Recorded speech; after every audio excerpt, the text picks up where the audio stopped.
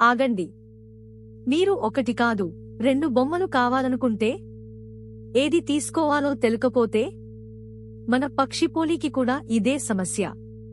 ఏ చెట్టుపైన గూడు కట్టాలో తెలీదు.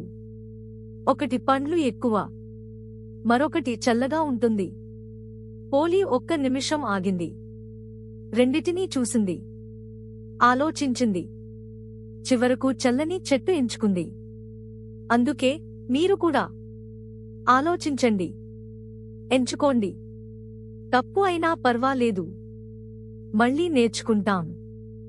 లైక్ చేయండి. పాట ఆట ఛానల్.